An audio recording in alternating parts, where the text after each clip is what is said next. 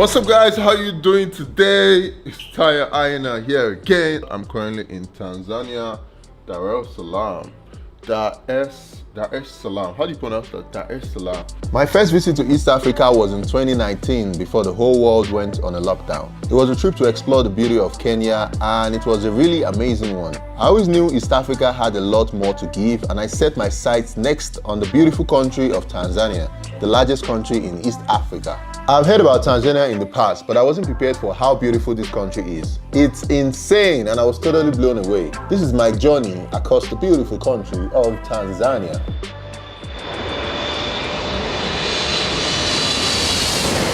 Tanzania is the local time 5 minutes past 1 p.m.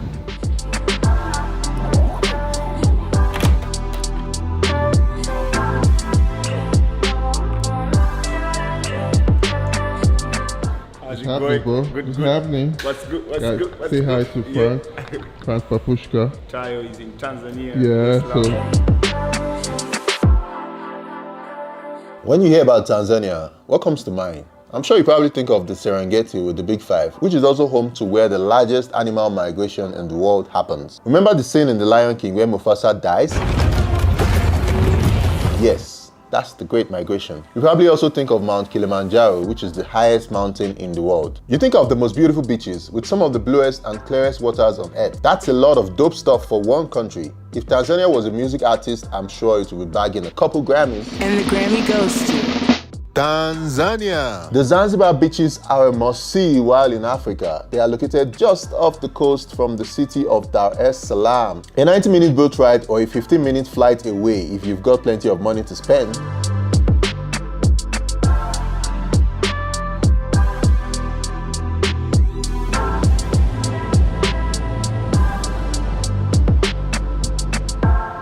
Zanzibar is regarded as the island with one of the most beautiful beaches in the world, known for its white sand and blue-ass water, which I couldn't help but experience. I always love when you can come up with, try new experiences. This is my first time doing this. Oh, and the skies.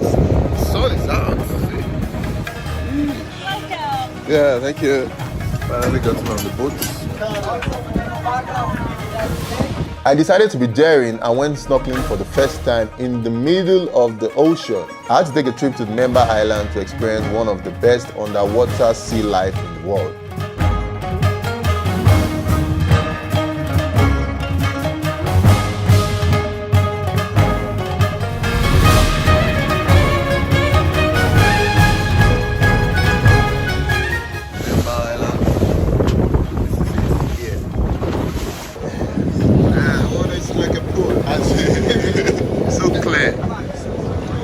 Island here is a private island. It's called Member Island. You're not allowed to climb on it.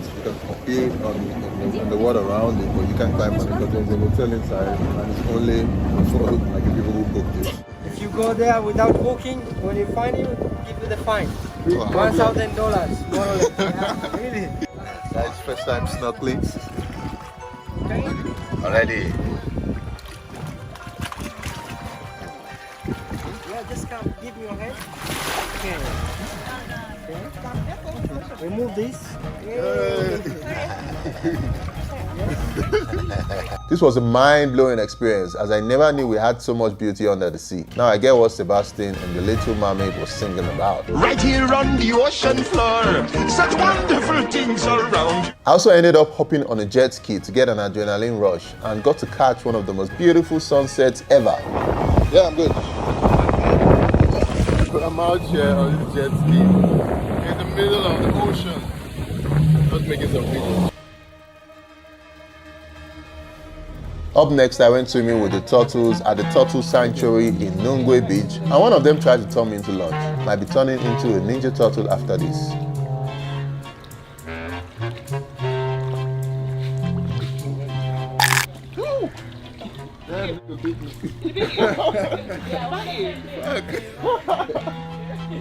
Damn.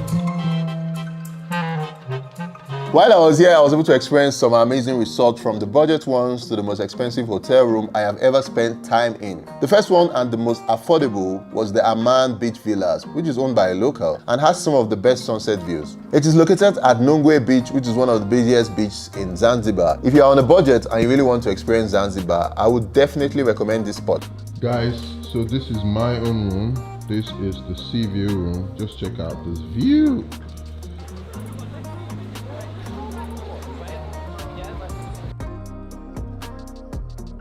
Up next is Baladin, which is another upscale resort with an amazing architecture.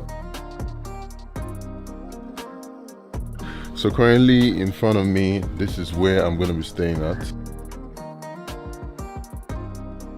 It's also close to a popular Instagram restaurant called The Rock. I'm calling it Instagram restaurant because almost everybody who comes to Zanzibar goes here to eat. It's a very interesting place because the restaurant is just perched on top of a rock in the middle of the ocean. Meals here are really pricey though, so make sure your wallet is heavy and filled with money so that you don't end up washing the dishes. And they usually charge only in dollars. What happens if you buy food and you can't pay? I don't have money to pay. What happens? You wash food. Lastly is the most expensive and most beautiful resort in Zanzibar, the Isaraya Overwater Villas. Guys, can you imagine? This hotel is on top of the water.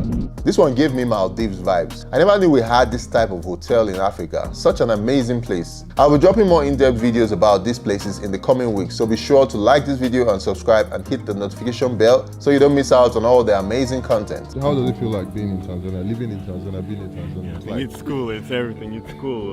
With our good people, good vibe, good music, good food. It's a really nice place. Beautiful women. Oh, women, yeah, beautiful women, bam women. Took a trip down to Stone Town to experience its rich culture and history. Stone Town is referred to as the Old Zanzibar, and it has a very interesting nightlife scene, and is also one of my most interesting places in Zanzibar. Buy like just this one fresh, or you could get with the soup. So guys, first time eating octopus. Phew! Oh, I don't go to the toilet after this. Go for it, man. There's a lot of interesting food and tiny passage stone pathways with amazing historical architectural structures. The heart of Stone Town mostly consists of a maze of narrow alleys lined by houses, shops, bazaars and mosques. Since most streets are too narrow for cars, the town is crowded with bicycles and motorbikes, but I'll implore you to just walk around because this place is really interesting and that's one of the best ways you can really experience it. So walking through a place now that has a lot of shops on the left and on the right. And I think people here are so chill. The hotels here have this classic vibe to it, and if you do your research, you can really get some for great pricing. I stayed at a spot called the Antonio, which was a pretty boutique hotel. Tanzania is also home to one of the most popular tribes in Africa, the Maasai tribe, who are a nomadic tribe. They are among the best known local population internationally due to their residence near the many game parks of the African Great Lakes and their distinctive custom and dressing. Also, they have this special jumping dance that they do that is very popular worldwide.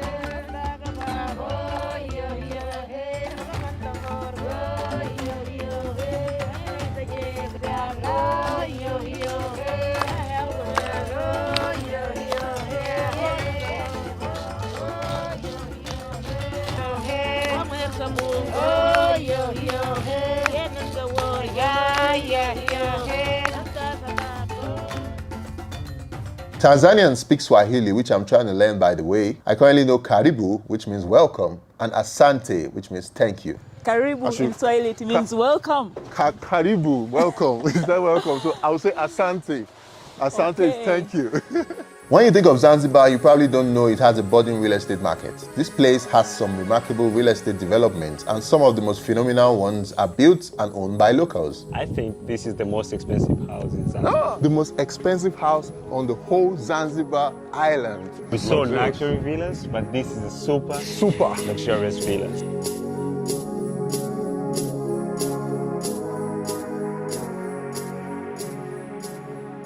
The food here is also really cool. My favorite is the chapati, which is a bread made from dough and looks very similar to pancakes. And then this really nice beef stew type thing called makange. What did you happen here?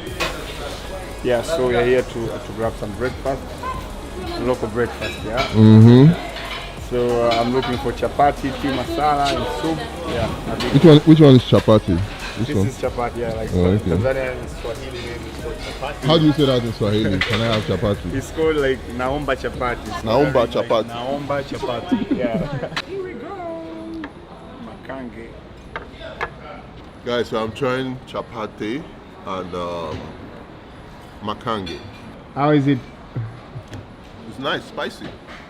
This is spicy, but it's like bread and it's like more like bread and stew. Me Really think so. nice. Yeah. I like it. Chapati.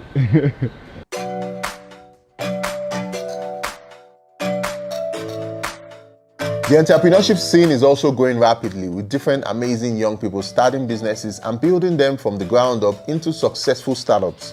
Some have managed to build businesses worth over millions of dollars. I took a trip to the center of Tanzania to a place called Iringa to experience it and share these amazing stories with you guys. $150 US for one. Maybe tonight I'll come and carry one. I didn't know it was so expensive. I didn't know it was very expensive. I share the story of the owner of an amazing getaway hotel nestled on a hill, as well as that of a vibrant Tanzanian lady who started an ice cream business, which is now a household brand in Tanzania. If you missed out on those, click the links above to go watch. I'll be dropping a few more stories of amazing entrepreneurs I met along the way in the next couple days.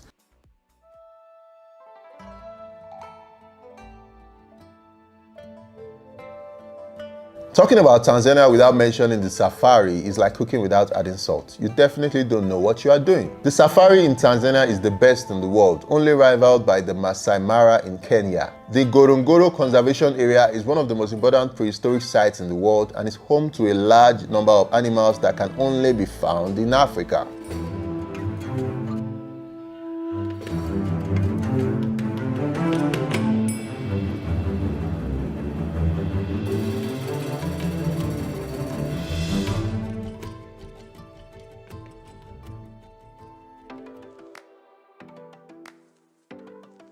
Zanzibar also has some of the most amazing nightlife, with people at different beaches always having multiple night parties at different intervals. Now this is how it goes down here in Tanzania's nightlife. What up, bro? What's going on? What's poppin'?